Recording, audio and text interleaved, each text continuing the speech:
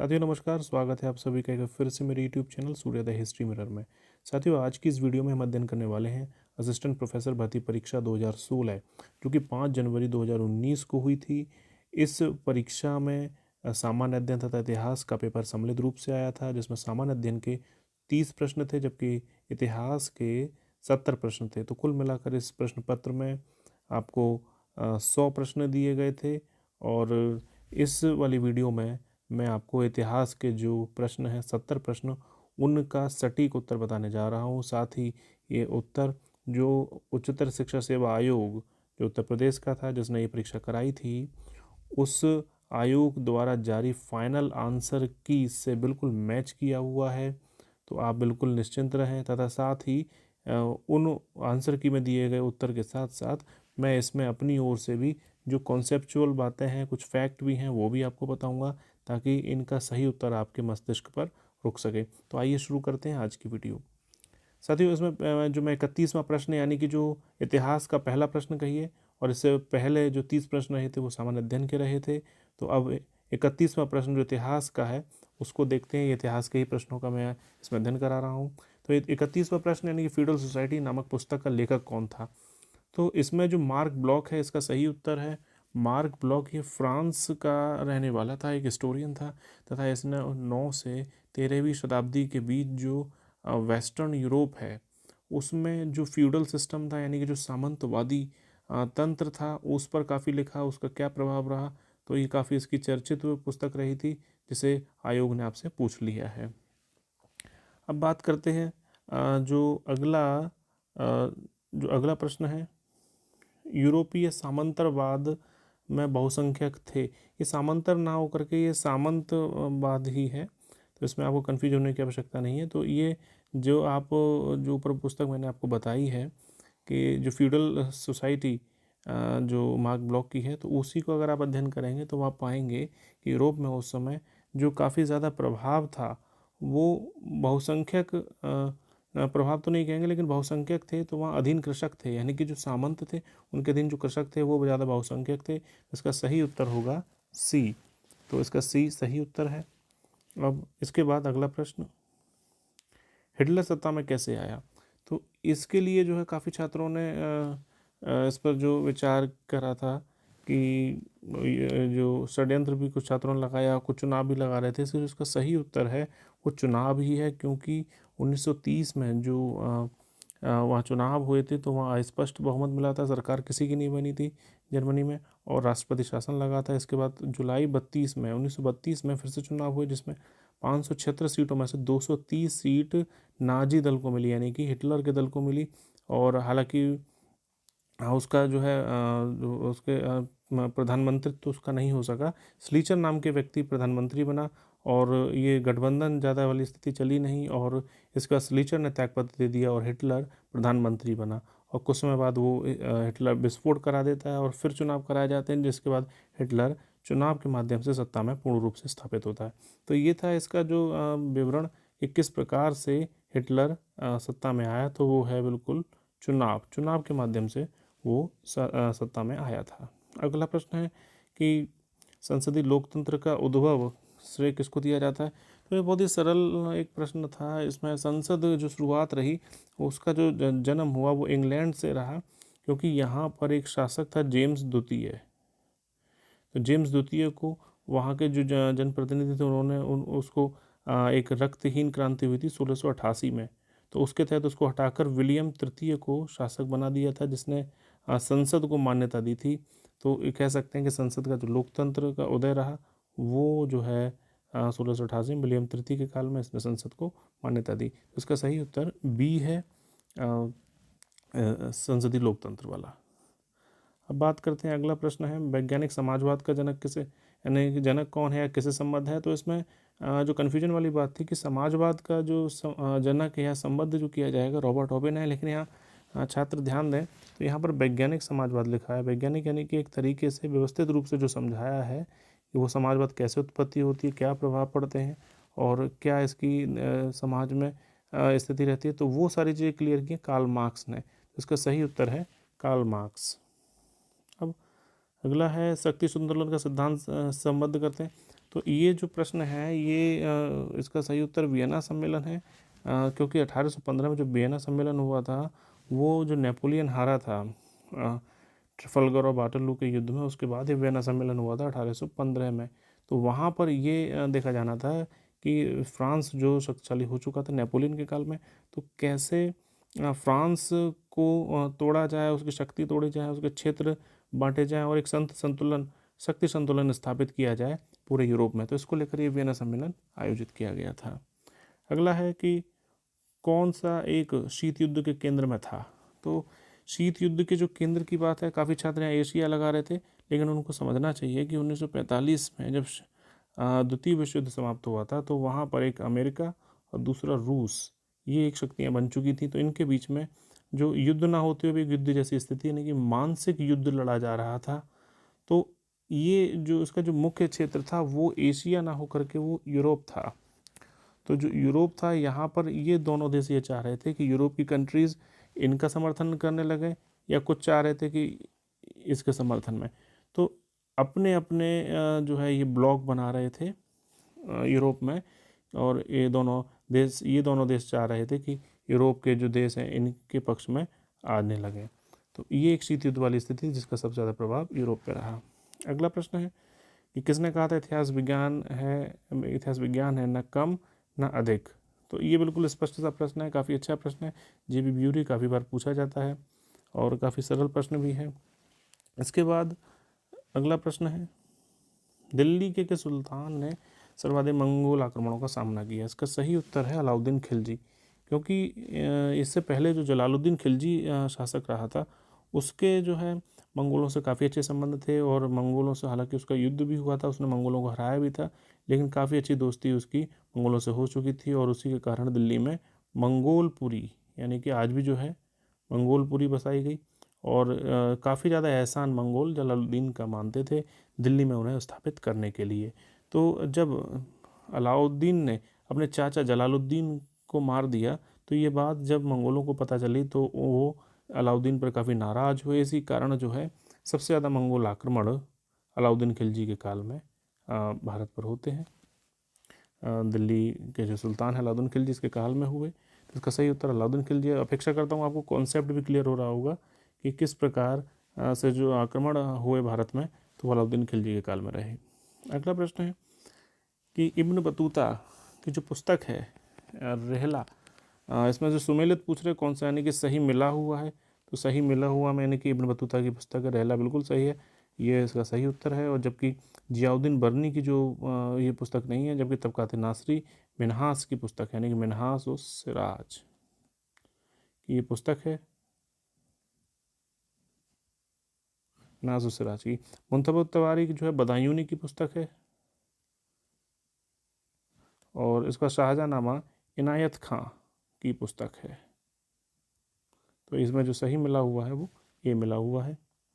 अगला प्रश्न है कि दिल्ली के किस सुल्तान ने चांदी का टंका और तांबे का जीतल मौलिक सिक्कों के रूप में चलाया। तो ये जो है इल्तुतमिश ने चलाया था। ये इसके शुद्ध अरबी सिक्के थे, यानी कि इसने कोई भी देवनागरी लिपि में यानी किसी भाषा में कुछ नहीं लिखवाया था, केवल अरबी में ही इसने इन सिक्कों को जारी किया था। तो इसका सही उत्तर इल्तुतमिश है। अगला है कि कृषकों के कल्याण के लिए किस मध्यकालीन शासक ने पट्टा और कबूलियत, ये किसानों के सहयोग के लिए चलाई गई व्यवस्था थी। तो ये जो इसका सही उत्तर है शेरशाह है। तो पट्टा कबूलियत का मतलब यानी कि किसान जिसकी खेती है वो किसानों को, यानी कि जो काम करने वाले किसान हैं तो उनको वो ज़मीन दे दे और उस पर पट्टे पर जारी कर दे, यानी कि किराए पर जारी कर दे, और साथ ही कबूलियत लिखवा ले कि इतने समय के लिए उस किसान को, ये छोटे किसान को दी जा रही है। तो पट्टा कबूलियत की जो व्यवस्था थी वो शेरशाह सूरी द्वारा चलाई गई।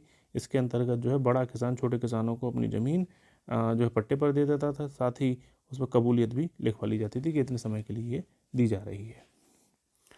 और इसके बाद अगला जो प्रश्न है वो है पुष्टि मार्ग का जो संस्थापक है वो कौन है, यानी कि स्थापना किसने की। तो इसमें बिल्कुल सही है, बिल्कुल सामान्य सा एक प्रश्न है। इसमें सही उत्तर वल्लभाचार्य है। और जो पुष्टि मार्ग का मतलब है, पुष्टि का अर्थ होता है कृपा, यानी कि ईश्वर की कृपा, यानी कि आप अपना जो है ईश्वर की भक्ति कीजिए और आपको कृपा प्राप्त होगी, यानी कि पुष्टि प्राप्त होगी, और वो इसी प्रकार से आपको ईश्वर की प्राप्ति भी रहेगी, यानी कि ईश्वर की कृपा जब होगी तभी आपको ईश्वर की प्राप्ति रहेगी। तो इसका संस्थापक वल्लभाचार्य कहेगा, जबकि इस विचारधारा को जो सबसे अच्छा चलाने वाला था उसको पुष्टि मार्ग का जहाज कहा गया, और ये जहाज कहा जाता है सूरदास को। यानी कि पुष्टि मार्ग का जो संस्थापक है, स्थापना जिसने की, वो वल्लभाचार्य हैं, जबकि इन्हीं के ही शिष्य थे सूरदास, जिनको पुष्टि मार्ग का जहाज कहा गया। तो इसका सही उत्तर यहाँ बी है। इसके बाद अगला है, किस मुगलकालीन अधिकारी को लेखा परीक्षक यानी कि ऑडिटर जनरल, यानी कि जो भी व्यय हुआ है पैसा, उसका हिसाब किताब रखने वाला, यानी कि व्यय का हिसाब रखने वाला जो कहा गया वो मुस्तौफी ए ममालिक को कहा गया, जबकि आय यानी कि पर नज़र रखने वाला आय परीक्षक को मुशर्रफ ममालिक कहा जाता है, जबकि व्यय वाले को यानी कि लेखा परीक्षक को यानी कि डेटा चेक करने वाले को जो खर्च हुआ है उसको कहा जाता है मुस्तौफी। ये काफ़ी अच्छा प्रश्न है, कई बार पर एग्जाम में आ चुका है, तो आप ध्यान रखें मुस्तौफी ममालिक। इसके बाद अगला है कि पच्चीकारी या पिट्रा ड्यूरा जो स्थापत्य कला का एक विशिष्ट चारित्रिक लक्षण है, वह भारत में सबसे पहले जो प्रयुक्त हुआ था वो जहांगीर के काल में हुआ था। जहांगीर ने जब एतमाद उद दौला का मकबरा बनवाया, तो उसमें ये पच्चीकारी यानी कि पिटाडुरा कराया, यानी कि जो हीरे जवाहरात हैं उनसे इसने जो है उसको दीवारों पर लगवा दिया। तो इस प्रकार की जो स्थापत्य को पित्रादुरा बोलते हैं, और ये जहांगीर के काल में देखा गया पहली बार, और ये एतमादुल्लाह के मकबरे में लगा हुआ है। अगला प्रश्न है, मंसूर जो प्रसिद्ध दरबारी चित्रकार था, वो जो है मुग़ल बादशाह जो जहांगीर का काल का था, इसने जो है साइबेरिया का जो सारस है उसकी जो है अच्छी खासी चित्रकारी की है जहांगीर के काल में। तो ये काफ़ी सामान्य सा प्रश्न है। इसके बाद अगला है 1945 के जो शिमला सम्मेलन में कांग्रेस प्रतिनिधि मंडल का जो नेतृत्व किसने किया, तो इसका जो सही उत्तर है मौलाना अबुल कलाम आज़ाद है, क्योंकि एक सामान्य सी बात है कि मौलाना अबुल कलाम आज़ाद 1940 से 1945 तक कांग्रेस के अध्यक्ष रहे, यानी कि 40 से 45, यानी कि 40, 41, 42, 43, 44, 45, यानी कि 6 जो अधिवेशन रहे उनके अध्यक्ष रहे। तो ये एक आप शॉर्ट तरीके से याद कर सकते हैं कि इसके बीच में यदि कहीं भी कोई प्रतिनिधिमंडल जाना है, यानी कभी भी किसी छोटे मोटे सम्मेलन को बुलाया जाना है, तो सामान्यतः जो अध्यक्षता करेगा, जो अधिवेशनों का अध्यक्ष रहता है इस कालक्रम में, वही जो प्रतिनिधिमंडल हैं या अन्य चीज़ें हैं उनकी अध्यक्षता वही करता है। तो एक आप इस शॉर्ट ट्रिक के तौर पे इसे याद कर सकते हैं कि मौलाना आज़ाद इसके नेतृत्व करता रहे थे। ये सम्मेलन आपको बता दूं कि जो गवर्नर जनरल थे, जो बेबिल ने इसको बुलाया था। इसके बाद 48वां प्रश्न है कि गुटनिरपेक्ष सम्मेलन, ये काफ़ी सामान्य सा प्रश्न है 61 में, और ये बेलग्रेड में हुआ था, यूगोस्लाविया की जो राजधानी थी वहाँ पर, तो ये बेलग्रेड में रहा। इसमें जो भारत के जो पंडित जवाहरलाल नेहरू जी थे उनका काफ़ी सहयोग रहा, क्योंकि ये उस समय जब शीत युद्ध चल रहे थे, शीत युद्ध का दौर, यानी कि जब वहाँ यूरोप में ये कहा जा रहा था कि रूस और अमेरिका के बीच गुटबंदी हो चुकी है, और यूरोप में काफ़ी इसका प्रभाव बनाया गया है इस गुटबंदी का। तो वो उस गुट से दूर रहने के लिए जवाहरलाल नेहरू जी ने ये जो सम्मेलन था इसकी एक आधारशिला रखी। साथ ही इनके जो सहयोगी थे, जो नासिर टीटो जो नासिर थे, टीटो थे यूगोस्लाविया मिस्र के, तो उनका भी यहाँ साथ रहा। इसके बाद अगला है 1739 में मराठों ने साल्सेट और बेसिन पर कब्जा किया, ये पुर्तगालियों से किया। इस समय जो बालाजी जो इसमें जो पेशवा रहे थे इस समय, यानी कि 1720 से 40 के बीच में रहे थे बाजीराव प्रथम, यानी कि जो बाजीराव बल्लाल जिन्हें बोलते हैं, ये जो है पेशवा रहे थे। इनके एक सेनापति थे चिमनाजी अप्पा, इनके जो एक सेनापति रहे थे, इन्होंने जो बसीन या बसई की लड़ाई थी इसको लड़ा था, और ये पुर्तगालियों से इन्होंने लड़ी, और इस पर साल्सेट और बसीन जो कि पुर्तगालियों के थे, चिमनाजी अप्पा ने पुर्तगालियों से ये छीन लिए इस युद्ध में। अगला है दो भक्ति काल के दो ना होकर के वो लिखा हुआ है, गलत लिख दिया है, इसे आप वो पढ़ें। वो भक्ति काल का संत जिसके पास विभिन्न जातियों के 12 शिष्य थे, यानी कि जो रामानंद थे, इनकी फेमस लाइन है कि जात पात पूछे नहीं कोई, जात पात पूछे नहीं कोई, हर को भजे सो हर को होई, यानी कि जाति पात से इनको विशेष मतलब नहीं था। उस इनके जो भी शिष्य बनना चाहता था वो बन सकता था, चाहे वो किसी भी जाति का क्यों ना हो। इस तरह से इसका जो उत्तर हुआ वो रामानंदा है। अगला है कि किस बहमनी सुल्तान ने अपनी राजधानी गुलबर्गा से बीदर बना दी। तो जो गुलबर्गा से बीदर जो राजधानी बनाई थी वो अहमद शाह प्रथम था, ये बहमनी सुल्तान ये रहा। और इससे पहले ठीक पहले रहा था ताजुद्दीन फिरोज शाह। कुछ एक जो वीडियोज़ हैं, कुछ एक जो बताने वाले हैं वो ताजुद्दीन फिरोज शाह को बता रहे हैं, जबकि ये गलत है। ताजुद्दीन फिरोज शाह के काल में राजधानी गुलबर्गा रही थी, और इसके बाद जो शासक आया अहमद शाह प्रथम, उसने इस राजधानी को गुलबर्गा से बीदर किया, यानी कि बीदर शासन स्थापित करने वाला जो पहला बहमनी शासक था वो अहमद शाह प्रथम था। तो ये इसका बिल्कुल सही उत्तर है। इसके बाद किस दिल्ली के सुल्तान ने मद्य निषेध, यानी कि मद्य निषेध का मतलब है शराब का निषेध, यानी कि इस पर प्रतिबंध लगाया, लेकिन असफल रहा। हालांकि प्रतिबंध लगाने वाला ये अलाउद्दीन खिलजी, और उसका जो प्रतिबंध लगाया गया इसने इस उद्देश्य से लगाया था कि जो अमीरों के मेल मिलाप होते हैं वहाँ शराब पी जाती है और तरह तरह की योजनाएं बनती हैं और जो शासक के खिलाफ रहती हैं और ये व्यवस्था को भंग करना चाहते हैं। अतः जो विद्रोह ना हो इस कारण जो है इसने मद्य निषेध को लागू किया, यानी कि शराब बंदी को लागू किया। साथ ही इनके अमीरों के मेल मिलाप और वैवाहिक संबंधों पर भी इसने प्रतिबंध लगाए थे। हालांकि ये असफल रहे, लेकिन जो शुरुआत यानी कि जो लागू किया वो इसका सही उत्तर अलाउद्दीन खिलजी ही है। हालांकि इसके प्रयास असफल अवश्य रहे। इसके बाद अगला है 1791 में वाराणसी में संस्कृत कॉलेज किसने स्थापित किया। तो इसका सही उत्तर जोनाथन डंकन है। काफ़ी अच्छा पूछा जाने वाला प्रश्न है, जो छात्र हैं इस पर अच्छा ध्यान दें। इसके बाद है रैयतवाड़ी एक ऐसी प्रथा है जो भारत में हमेशा से प्रचलित रही है। तो इसका सही उत्तर मुनरो है। तो मुनरो ने जो जब दक्षिण में यानी मद्रास में है, जब लगभग 1820 के आसपास में जब मद्रास का गवर्नर रहा था, तब उसने वहाँ पर इस रैयतवाड़ी व्यवस्था को लागू किया था पहली बार। तो इसकी ये पंक्ति थी कि ऐसी प्रथा है जो भारत हमेशा से प्रचलित रही, यानी कि रैयत का मतलब था किसान, यानी कि सरकार को, यानी कि ब्रिटिश शासन को के सीधे सीधे किसानों से ही, यानी कि किसानों से ही कर लेना चाहिए। उन्हें बीच में किसी जमींदार वर्ग या किसी अन्य वर्ग को नहीं रखना चाहिए, क्योंकि जब ये ब्रिटिश सरकार रहती है उसके बाद फिर ये बीच में आ जाते हैं, उसके बाद किसान होते हैं, तो बीच में ये जमींदार फालतू में पैसा ले जाते हैं और जिससे किसानों का भी लॉस होता है, साथ ही ब्रिटिश सरकार का भी लॉस होता है। तो मुनरो ये चाहता था कि ब्रिटिश सरकार सीधे सीधे किसानों से ही अपने जो राजस्व है, भू राजस्व है, वो वसूल करे, ये ना हो जमींदार वर्ग। तो मुनरो है इसका सही उत्तर। इसके बाद कलकत्ता से आगरा के मध्य प्रथम टेलीग्राफिक लाइन का सही उत्तर ये है, यानी कि 1853 सही उत्तर है। पहली बार इसमें जो है कलकत्ता से आगरा के लिए टेलीग्राफिक लाइन आरंभ की गई। हालांकि ये जो लाइन थी वो जो औपचारिक रूप से कलकत्ता के आगरा के लिए स्थापित की थी, लेकिन इसका एक टुकड़ा जो डायमंड हार्बर से कलकत्ता के लिए बनाया गया वो इसी का ही एक टुकड़ा था। तो कलकत्ता से डायमंड हार्बर भी आ रहा है तो भी आप इसी को लगाएं, कलकत्ता से आगरा भी आ रहा है तो भी आप 1853 को ही टिक करें, क्योंकि कलकत्ता से आगरा यानी कि जो ये आगरा है और ये कलकत्ता है, तो कोलकाता लिख दे रहा हूँ मैं। यह पास में डायमंड हार्बर जगह है, डायमंड हार्बर, तो ये इसका एक टुकड़ा था इस पूरी कलकत्ता से आगरा वाली लाइन का ही। तो पहले ये चालू हुआ, उसके बाद ये फिर ये पूरा टुकड़ा चालू कर दिया गया। तो इसका सही उत्तर 53 है। इसके बाद किस अधिकार पत्र यानी कि जो चार्टर है उससे जो है ईस्ट इंडिया कंपनी का चीन के साथ व्यापार और चाय पर एकाधिकार बना रहा, यानी कि जो एकाधिकार था उसके व्यापार का जो ख़त्म कर दिया गया वो 1813 से ईस्ट इंडिया कंपनी ने ख़त्म कर दिया था, लेकिन चीन के साथ व्यापार और चाय का जो व्यापार है वो ख़त्म नहीं किया गया था। तो ये एकाधिकार बना रहा था और ये ख़त्म किया गया था 1833 के चार्टर एक्ट से।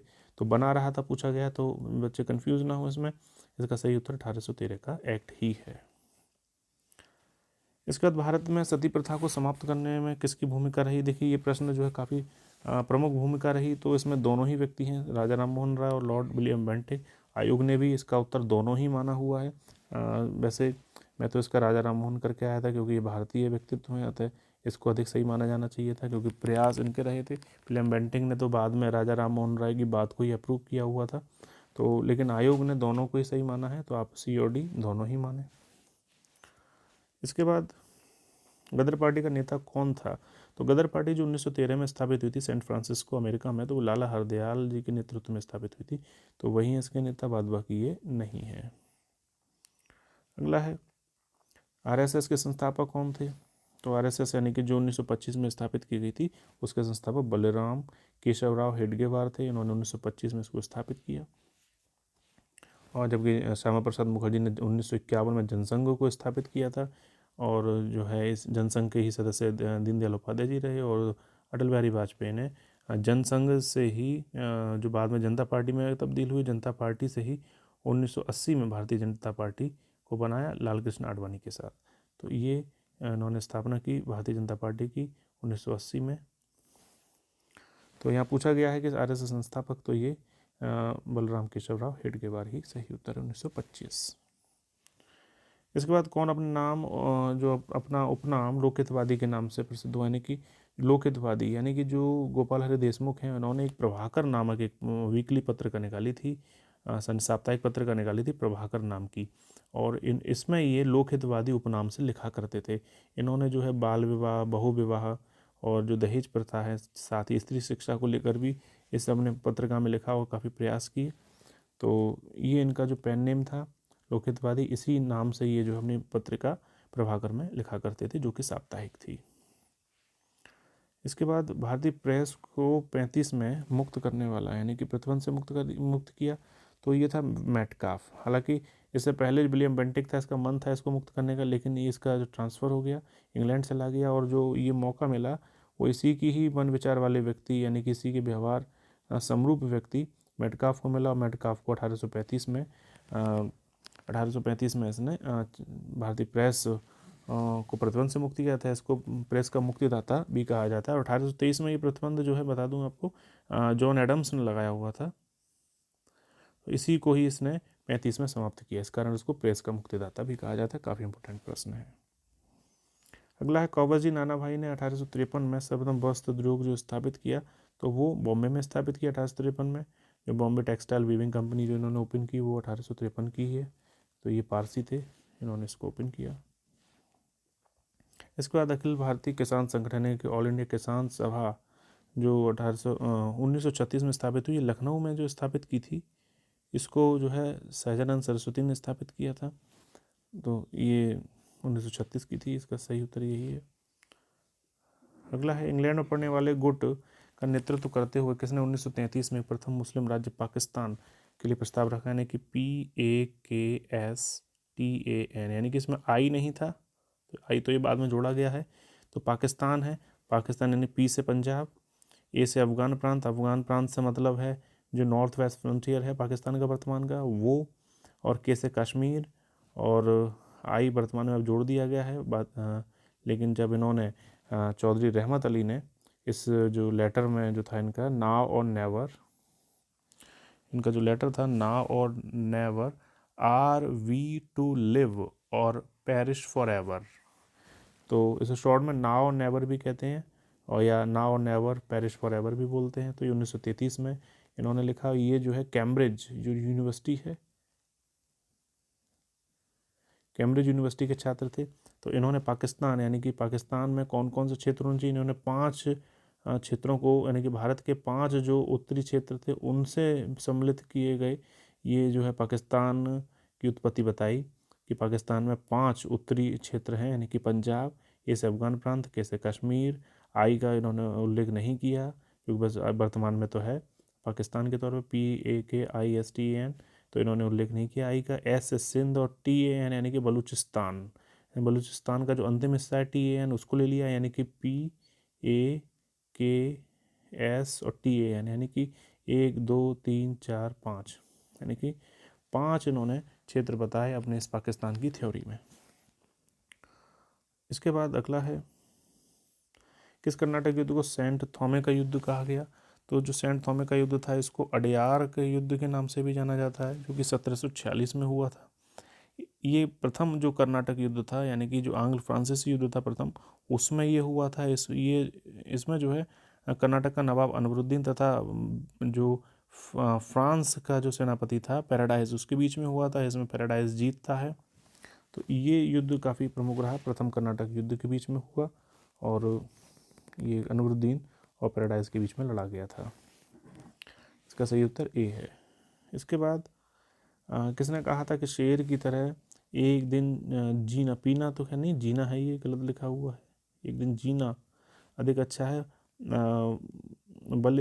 बकरे की भांति पूरी उम्र जीने से। ये टीपू सुल्तान की लाइन है। इन्होंने जो है अंग्रेज़ों के जो बढ़ते प्रभाव को नकारते हुए कहा था कि वह एक दिन अच्छा जीना पसंद करते शेर की तरह, और बकरे की तरह गिदड़ की भांति पूरे उम्र बिताना पसंद नहीं करते हैं। तो ये लाइन टीपू सुल्तान की है। इसके बाद है ब्रिटिश काल में किसे स्थानीय सुशासन का जनक कहा गया। तो ये काफ़ी प्रश्न अच्छा है और ये काफ़ी बार पूछा जा चुका है। लॉर्ड रिपन इसका उत्तर है। इन्होंने जो है त्रिस्तरीय व्यवस्था स्थापित की थी सुशासन, स्थानीय सुशासन की, यानी कि स्थानीय स्तर पर लोगों को कुछ अधिकार दिए जाना ताकि वो अपना शासन खुद चला सके। तो ये लॉर्ड रिपन ने शुरू किया था लगभग 1882 की। इसके बाद अगला प्रश्न है, चार परिधीय न्यायालय यानी कि जो सर्किट कोर्ट यानी कि भ्रमणकारी अदालत हैं, इसको शुरू किया था जो है कॉर्नवालिस ने, और इसको कुछ समय बाद जो है विलियम बेंटिंक ने बंद कर दिया। तो ये जो है एक चलती फिरती एक अदालतें थी, और यहाँ पर जो है मामले सुने जाते थे। इनसे सीधे जो ऊपर निजामत यानी कि जो प्रांत स्तर की अदालत थी वो आती थी। अगला है, स्वतंत्र भारत के प्रथम आम चुनाव में कितने प्रतिशत योग्य मताधिकारियों ने अपने मताधिकार का प्रयोग किया, यानी कि मत डालने वालों ने, यानी कि इसका जो ज़्यादातर बताया गया वो 46.6 है, लेकिन ये गलत है। और जबकि इसका सही उत्तर ज़्यादा कंफर्म नहीं पता है। उस समय लगभग जो 53 के आसपास में या 61% के लगभग जो है मैंने सर्च किया था। इस पर मैंने आपत्ति भी दी थी, अब तो मुझे याद नहीं है। तो एक जो आपत्ति डाली गई थी इस पर, यह प्रश्न निरस्त हुआ था, यानी कि ये प्रश्न निरस्त किया गया है उच्चतर शिक्षा सेवा आयोग के द्वारा, और इसका उत्तर अभी उन्होंने नहीं बताया। हालांकि जो छात्र जगत में ये बात है कि लगभग 53% या 61% के आसपास रहा, तो मुझे लगता है 61% के करीब रही थी ये वोटिंग। तो ये प्रश्न निरस्त माना गया था। इसके बाद द्वितीय पंचवर्षीय योजना की जो अवधि रही वो प्रथम से अगर लगाएं तो 51 में ये बना हुआ था। पंचवर्षीय योजना शुरू हुई थी 51 से 56 पहले रही, तो फिर जो अगली रहेगी वो 56 से 61 के करीब रहेगी। तो इसका सही उत्तर है डी, 56 से 61 के बीच में। इसके बाद अगला जो प्रश्न है वो है कौन जल परिवहन या नदियों के आवागमन के प्रबंध के लिए मुगल प्रांतों या सूबों का उत्तरदायी था। जो मीर बहर है इसका सही उत्तर है। तो मीर बहर ये सारी व्यवस्थाएं देखता था कि जो नदियों का आवागमन ठीक रहे। अगला है, मध्यकालीन भारत में पहली बार गैर मुसलमानों को सरकारी नौकरियों में जो प्रवेश दिया गया वो मोहम्मद बिन तुगलक के द्वारा दिया गया, क्योंकि मोहम्मद बिन तुगलक दिल्ली सल्तनत का ऐसा शासक था जिसने मुसलमान यानी कि जो अयोग्य हैं उनको वरीयता देते हुए जो योग्य व्यक्ति हैं, चाहे वो किसी भी धर्म का क्यों ना हो, उसको सरकारी नौकरी प्रवेश दिया। मोहम्मद बिन तुगलक की इसी बात से उसके समय का जो इतिहासकार है जियाउद्दीन बर्नी वो चिढ़ता था, और इसी वजह से जियाउद्दीन बर्नी ने अपनी पुस्तक तारीख फिरोज शाही में तत्कालीन शासक मोहम्मद बिन तुगलक के बारे में काफ़ी नकारात्मक लिखा हुआ है। अगला प्रश्न है, दिल्ली के दिल्ली के सुल्तानों में से किसने सांकेतिक मुद्रा प्रारंभ की। सांकेतिक मुद्रा ने मोहम्मद बिन तुगलक की है, यानी कि जो मुद्रा थी उसका मूल्य जो लागत थी उस मुद्रा के बनाने की कुछ भी नहीं थी, लेकिन उस पर जो मूल्य लिखा जाता था जिस कारण उस सिक्के की कीमत काफ़ी ज़्यादा बाजार में रहती थी, तो वह सांकेतिक मुद्रा थी। ये जो है कांसे की चलाई इसने, तो ये मोहम्मद बिन तुगलक ही था। हालांकि योजना असफल रही थी। मराठों के अधीन जमींदारी जो व्यवस्था थी उसको क्या कहते थे। ये जो है काफ़ी विवादित प्रश्न रहा। इसमें वैसे सही उत्तर जमींदारी यानी कि इसका सीधा सीधा पर्यायवाची देशमुखी है, तो इसको मैंने टिक किया हुआ था इस परीक्षा में। लेकिन आयोग के द्वारा इसका उत्तर ये मिराजदारी भी माना गया, यानी कि बी और सी इसके दोनों उत्तर माने गए। मिराजदार का मतलब होता है राजस्व संग्राहक, यानी राजस्व संग्रह करने वाले, तो मिराजदार कहे गए। जबकि देशमुख का भी काम यही होता था कि उस क्षेत्र पर नियंत्रण रखना और राजस्व का संग्रह करना। तो जमींदारी व्यवस्था को आयोग ने दोनों से जोड़कर बताया, तो बी और सी आयोग ने दोनों उत्तर सही बताए। तो ये मैं फाइनल जो आंसर किया उसके अनुसार मैं आपका जो उत्तर है वो बता रहा हूँ, साथ ही मैं विश्लेषण भी कर रहा हूँ कि आखिर वो उत्तर बताए तो क्यों बताए गए। इसके बाद है, औरंगजेब द्वारा संगीत प्रतिबंध करने की जो सूचना मिलती है वो साकी मुस्तैद खां और मनुची दोनों की पुस्तकों से मिलती है। तो इसके दोनों ही उत्तर आयोग ने बताए, ए और सी, साथ ही ऊपर वाला भी और ये भी, इसके दोनों उत्तर बताए आयोग ने। अगला है रज़्मनामा का फ़ारसी अनुवाद किस नाम से हुआ। फ़ारसी अनुवाद है किस चीज़ का है, तो ये महाभारत का है। तो महाभारत का जो अनुवाद बदायूं ने किया रज़्मनामा के नाम से, वही इसमें यहाँ पे लग रखा हुआ है। इसके बाद जौनपुर में सरकी राज्य जो स्थापित किया वो मलिक सरवर जो हिजड़ा था उसने स्थापित किया। इसका सही उत्तर सी है। अगला उपनिषदों का फारसी अनुवाद किसने किया, तो काफ़ी सरल प्रश्न पूछा है, दाराशिकोह ने किया। ये शाहजहाँ का सबसे बड़ा पुत्र था। तो इसने जो है सिर्र अकबरी महान रहस्य के नाम से इसका जो है वर्णन किया हुआ है।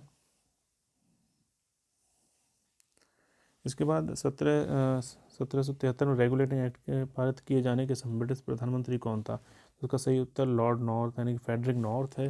क्योंकि रेगुलेटिंग एक्ट जो है आंशिक जो नियंत्रण अधिनियम कहा गया कंपनी के प्रति, तो कंपनी जो है दिख रहा था कि वो फ़ायदे में जा रही है, लेकिन अंदरूनी रूप से उसका जो बजट था वो काफ़ी घाटे में जा रहा था। पैसा आने को बहुत था कंपनी पे, लेकिन आ बिल्कुल नहीं पा रहा था असलियत में। तो कंपनी को 4 करोड़ रुपए ब्रिटिश सरकार से मांगने पड़े। तो उस समय ब्रिटिश सरकार ने ये कहा कि आप पर कुछ नियंत्रण लगाया जाए, क्योंकि आपकी जो परिस्थितियाँ वो काफ़ी अच्छी हैं, आप अच्छा भारत से कमा सकते हैं, लेकिन फिर भी आपके पास पैसा क्यों नहीं है। तो इस लिए जो है फ्रेडरिक नॉर्थ ने ये अधिनियम बनाया था रेगुलेटिंग एक्ट, ताकि कंपनी पर नियंत्रण लग सके और कंपनी अच्छे से चल सके, ताकि वो अपने घाटे पूरे कर सके और ब्रिटिश सरकार को कुछ धन दे सके। तो इसका सही उत्तर सी है। इसके बाद 80वां प्रश्न है वैधानिक प्रशासनिक सेवा यानी कि स्टैट्यूटरी सिविल सर्विस। इसका जो शुरुआत की गई 1879 में लॉर्ड लिटन के द्वारा की गई। इसके अंतर्गत जो है जो उच्च वर्ग यानी कि भारतीय जो उच्च वर्ग यानी राजकुमार हैं वो बिना परीक्षा दिए मनोनीत किए जाएंगे सिविल सर्विस में। और ये इसकी सोची समझी की चाल थी। इसके अंतर्गत इसने जो भारतीय जो पढ़े लिखे वर्ग थे उसको सिविल सेवा में आने से रोक दिया। साथ ही जो साम्राज्यवादी जो वर्ग हैं यानी कि जो रियासतों का वर्ग है उसको मनोनयन के आधार पर ही ये नियुक्ति दिया जाना, जो कि भारतीय जनमत द्वारा गलत माना गया। अगला है ब्रिटिश भारतीय सेना में लेकिन निम्नलिखित में से किसने सर्वाधिक सुधारों को आरंभ किया। तो सबसे ज़्यादा सुधार जो सेना में जो किए वो एच किचनर ने स्टार्ट किए, जो ये लॉर्ड कर्जन के काल का सेनापति था। तो इसने काफ़ी सुधार किए। इसने जो है तोपखाने का मुख्यालय और सेना का मुख्यालय चेंज किए काफ़ी ज़्यादा। उसने किचनर टेस्ट भी चलाया जो सैनिकों को भर्ती करने संबंधी। हालांकि बाद में इसका जो है कर्जन से विवाद रहा और उसने त्यागपत्र भी दिया। इसके बाद 1927 में अखिल भारतीय नारी सम्मेलन की जो स्थापना की वो मार्गरेट कजिन्स ने की। काफ़ी सामान्य सा प्रश्न है। हालांकि आयोग ने इसका उत्तर जो पहली वाली आंसर की मैं गलत दिया हुआ था, लेकिन बाद में आयोग ने इस चीज़ को स्वतः ही सुधार लिया, यद्यपि कुछ इस पर आपत्तियाँ भी पड़ी हुई थी। इसके बाद है 83वां प्रश्न हूल जो आंदोलन है वो संथाल से जुड़ा हुआ है, यानी कि संथाल आंदोलन है जो 1856 में हुआ था, यानी कि 1857 के स्वतंत्र संग्राम से ठीक पहले होने वाला ये एक आंदोलन था। जो हूल आंदोलन के नाम से, हूल का मतलब होता है विप्लव, यानी कि बहुत बड़ा जो एक जो ट्यूमल्ट यानी कि एक बहुत बड़ा विप्लव, तो ये जो है हूल के नाम से जाना गया। इसके बाद है 1928 में हिंदुस्तान सोशलिस्ट रिपब्लिकन आर्मी यानी HSRA इसकी स्थापना 1928 में से संबंधित कौन नहीं था, तो इससे लाला हरदयाल संबंधित नहीं थे। ये रिपीटेड प्रश्न है इसी प्रश्न पत्र का, क्योंकि 1913 में लाला हरदयाल ने स्थापना की थी गदर पार्टी की सैन फ्रांसिस्को में, जबकि इससे संबंधित रहे भगत सिंह, चंद्रशेखर आज़ाद और सुखदेव थापर। लाला हरदयाल इससे संबंधित नहीं थे। इसका उत्तर सी है। इसके बाद कौन कांग्रेस समाजवादी पार्टी दल से संबंधित नहीं था, तो इसमें MN रॉय हैं, ये कम्युनिस्ट पार्टी संबंधित रहे थे। इनका नाम नरेंद्र नाथ भट्टाचार्य भी था, तो ये कम्युनिस्ट पार्टी से रहे, जबकि ये सभी जो है समाजवादी पार्टी यानी कि कांग्रेस के समाजवादी दल से संबंधित रहे थे, जो कि 1934 में स्थापित हुआ था। इसके बाद अगला प्रश्न है कि किस दर्शन में बंगाल के स्थायी बंदोबस्त को प्रभावित किया, तो जो विग विचारधारा का जो दर्शन है, जो विग है उसके दर्शन के अनुसार ये माना गया कि वहाँ पर एक ऐसा वर्ग बनाया जाए कि जो अंग्रेज़ों के प्रति स्वामी भक्त रहे, साथ ही जो किसान हैं जिनसे हम सीधे सीधे उनसे संबंध नहीं रख पाते हैं, बातचीत नहीं कर सकते हैं, उनको नहीं समझ पाते, लेकिन जमींदार जो उनके पुराने हैं वो उनसे अच्छे से जुड़े रहें और उनसे कर प्राप्त करते रहें। इस प्रकार की जो विचारधारा थी विग विचारधारा रही, और ये बंगाल का स्थायी बंदोबस्त इसी से ही प्रभावित माना गया। इसके बाद महात्मा गांधी ने मात्र एक बार भारतीय राष्ट्रीय कांग्रेस के वार्षिक अधिवेशन की अध्यक्षता की, वो बेलगांव का है 1924 का, जब 1920 से 22 का जो असहयोग आंदोलन था वो असफल हुआ था। इसके बाद गांधी जी जेल में डाल दिए गए थे। तो उसमें जब वो बाहर आए तो अब वो अपनी संभावनाएं तलाशने लगे। साथ ही उस समय जो चुनाव की प्रक्रिया भी शुरू हो गई थी, जो स्वराज पार्टी थी वो चुनाव में भाग लेना चाहती थी। साथ ही गांधी जी भी अपना जो है जो अस्तित्व था उसकी तरफ खोज कर रहे थे। तो गांधी और दास में एक पैक्ट हुआ। तो 1924 में गांधी दास पैक्ट हुआ कि जो गांधी जी थे वो दास जो चित्तरंजन दास थी उनकी स्वराज पार्टी को सपोर्ट करेंगे, उसको चुनावों में जीत दिलवाने के लिए प्रचार प्रसार करेंगे, जबकि दास गांधी जी के जो कुटीर कार्यक्रम है, कुटीर उद्योग कार्यक्रम, उसमें सहयोग करेंगे। तो गांधी जी का इस प्रकार से काफ़ी अच्छा खासा प्रभाव जनता के बीच में फिर से हो गया और यही कारण था कि कांग्रेस में अच्छी खासी पकड़ गांधी जी की हो गई। और 24 में ये उसी साल दिसंबर में ये 24 में कांग्रेस के अधिवेशन का अध्यक्ष बने। और ये पहली और आखिरी बार गांधी जी कांग्रेस के अध्यक्ष बने थे। बेलगांव ये कर्नाटक में पड़ता है। इसके बाद कौन सा गवर्नर जनरल पुलिस सुधारों के लिए जाना जाता है? तो ये एक लॉर्ड कर्जन है और जिसने 1902 में एंड्रयू फ्रेजर, यानी कि एंड्रयू फ्रेजर की अध्यक्षता में एक आयोग बनाया 1902 में, पुलिस सुधार आयोग, और पुलिस सुधार इसके काल में किए गए थे। इसके बाद प्रथम विश्व युद्ध के दौरान जिस मुस्लिम संगठन ने मुस्लिमों को राजनीति में भागीदारी के साथ ही भारतीय राष्ट्रीय कांग्रेस से समझौते पर प्रयास करने का प्रस्ताव प्रस्तुत किया था वह है। तो इसका जो सही उत्तर है, यानी कि किस प्रकार से प्रथम विश्व युद्ध के दौरान राजनीति में भागीदारी और कांग्रेस से समझौते की बात थी। देखिए इसमें मुस्लिम लीग ने भी कहा था ये बात, और साथ ही अहरार लीग, यानी कि जो ऐसे मुसलमान जो राष्ट्रवादी मुसलमान थे, जो मौलाना अबुल कलाम आज़ाद और जो मोहम्मद अली शौकत अली वाला जो ग्रुप था, जो हमारे भारतीय स्वतंत्रता आंदोलन के प्रति काफ़ी तत्पर था, पूरा डिवोटेड था, तो वो अहरार लीग वाला था। हालांकि इसने भी ये बात कही थी और मुस्लिम लीग ने भी यही बात कही थी। तो इसमें जो आयोग ने इस प्रश्न को ही निरस्त कर दिया है, वो कंफर्म नहीं था कि कौन इसका एग्जैक्ट उत्तर है। तो ऐसा माना गया छात्र बिरादरी में कि इसके उत्तर दोनों ही हैं। तो अतः अस्पष्टता की स्थिति में आयोग ने प्रश्न कैंसिल कर दिया। अगला, भारत में महिला आंदोलन का शुभारंभ किसके नेतृत्व में हुआ? तो इसका जो रमाबाई रानडे, यानी कि जो महादेव गोविंद रानडे की पत्नी है, उनके नेतृत्व में हुआ। इसका सही उत्तर यही है, महाराष्ट्र की थी।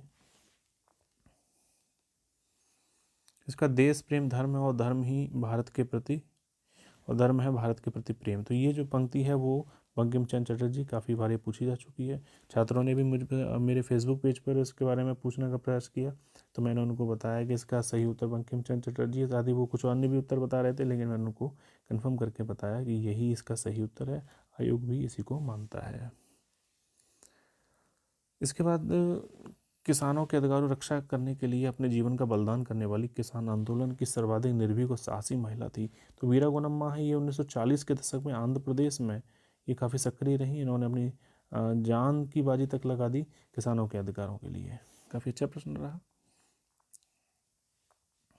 इसके बाद जो 19वीं शताब्दी के बंगाल के मध्यम वर्ग की केंद्रीय संरचना में थे। मध्यम वर्ग की केंद्रीय संरचना, यानी कि मध्यम वर्ग में काफ़ी केंद्रीय यानी कि प्रभावी रूप में कौन थे केंद्र में 19वीं शताब्दी में? 19वीं शताब्दी का अगर मतलब देखें तो 1793 में जब स्थायी बंदोबस्त बंगाल में लागू किया गया था, और उसके तुरंत बाद ही 7 वर्ष बाद जो 19वीं शताब्दी लग गई थी, तो 19वीं शताब्दी लग गई थी 7 वर्ष बाद ही। तो वहाँ बंगाल में स्थायी बंदोबस्त जब लागू रहा था, तो उसमें स्थायी बंदोबस्त में जमींदारों को ज़मीन के सारे अधिकार दे दिए गए थे, जिस कारण उनका प्रभाव बंगाल में काफ़ी बढ़ गया था, जिस कारण वही केंद्रीय संरचना में रहे थे। तो इसका सही उत्तर बिल्कुल इसी अवधारणा के साथ जमींदार रहा। लेकिन बहुत से छात्र इसका पेशेवर समूह मानते हैं। काफ़ी उस समय के भी जो हमारे समकक्ष सहयोगी थे वो भी इसी चीज़ को मानते थे, लेकिन ये गलत है। इसका उत्तर यही है कि बंगाल में जब स्थायी बंदोबस्त लागू हुआ तो उसके तहत जमींदारों को काफ़ी अधिकार प्राप्त हो गए। किसानों की ज़मीन सारी छीन कर जो है जमींदारों को दे दी गई, और वही एक केंद्रीय संरचना में स्थापित हो गए थे लॉर्ड कॉर्नवालिस के समय से। अगला प्रश्न है 1934 में किसने कहा था कि सूती वस्त्र बुनकरों के कंकाल भारत के मैदानों को बदरंग कर रहे हैं? ये जो अगर हम बात करेंगे जो भारत में जो पूंजीवाद है उसके चरणों को लेकर, जो पहला जो चरण रहा था वो था वाणिज्यिक पूंजीवाद। हालांकि मैं इसकी चर्चा नहीं करूँगा। वाणिज्यिक पूंजीवाद, दूसरा था औद्योगिक पूंजीवाद और तीसरा था वित्तीय पूंजीवाद। तो पहला रहा जो 1740 से 1813 तक, और दूसरा रहा 1813 से 58 तक, और तीसरा रहा 1858 से 1947 तक। तो इस 47 तक। तो यहाँ जो 1813 से 58 वाला औद्योगिक पूंजीवाद था, ये उस समय की बात कह रहे हैं। तो ये बात विलियम बेंटिक ने कही थी, क्योंकि इस काल में क्या हुआ था, उद्योग के कारण पूंजीवाद भारत में स्थापित किया गया। यानी कि इंग्लैंड में जो उद्योग धंधे थे उनको चलाने के लिए भारत से, यानी कि इंडिया से जो है कच्चा माल जाता था और बना बनाया माल भारत बिकने के लिए आता था। यानी कि कच्चा माल चला जाएगा तो भारत के उद्योग बेकार हो जाएंगे, पहली बात। और दूसरी बात, जब बना बनाया माल यहाँ बिकेगा, सस्ते में, मशीनों का बना हुआ माल सस्ते में भारत में बिकेगा और उस पर कोई आयात कर नहीं लगाया जाएगा, तो और ज़्यादा दिक्कत फिर से होगी।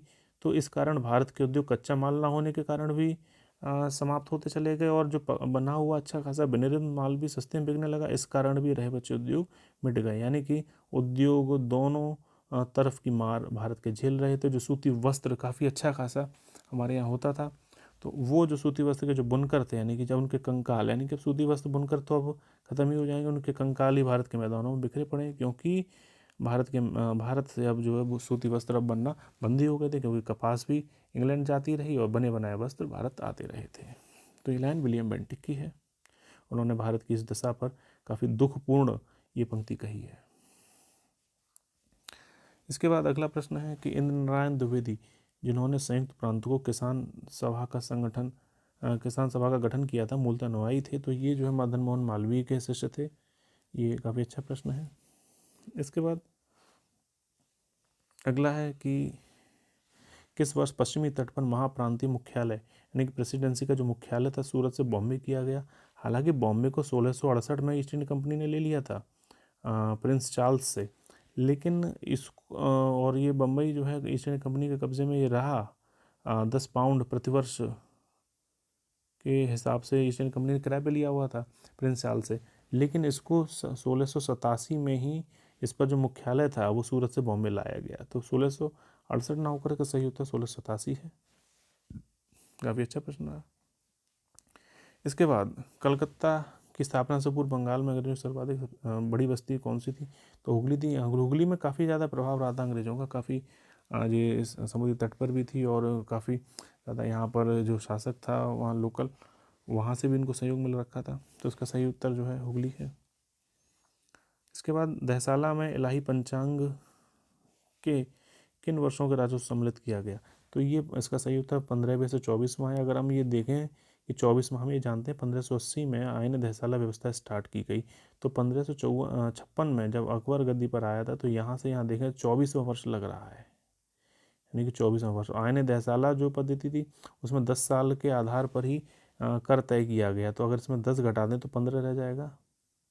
तो 15वां वर्ष अगर वर्ष के हिसाब से देखें तो 15वें वर्ष से 24वें वर्ष, यानी कि 15वें वर्ष से 24वें वर्ष के बीच में, यानी कि जो अकबर गद्दी पर आया उसके 15वें वर्ष से 24 के वर्ष के बीच में जो 10 साल की अवधि थी, उसी आधार पर 1580 यानी कि 24वें वर्ष ही उसने दहसाला व्यवस्था को स्थापित किया था। तो इसका सही उत्तर 15वें वर्ष से 24वें वर्ष है, अर्थात जो 1580 यहाँ लिख सकते हैं। और इसमें से अगर 10 घटा दें तो 1571, तो 71 से लेकर 80 के वर्ष 10 हो जाएंगे। तो इस तरह से 71 से 80 के बीच का जो गैप है 10 साल का, इसने डेटा तैयार किया, उस आधार पर 1580 में आईन दहसाला व्यवस्था को लागू किया था अकबर ने। इसके बाद कौन सा सुमेलित नहीं है? तो इसका बिल्कुल सही सा उत्तर 1564 यहाँ आएगा, यानी कि सुमेलित नहीं है, ये नहीं है सुमेलित। इसका सही उत्तर 1564 जजिया की समाप्ति है। ये अकबर के द्वारा किए गए सारे प्रयास थे।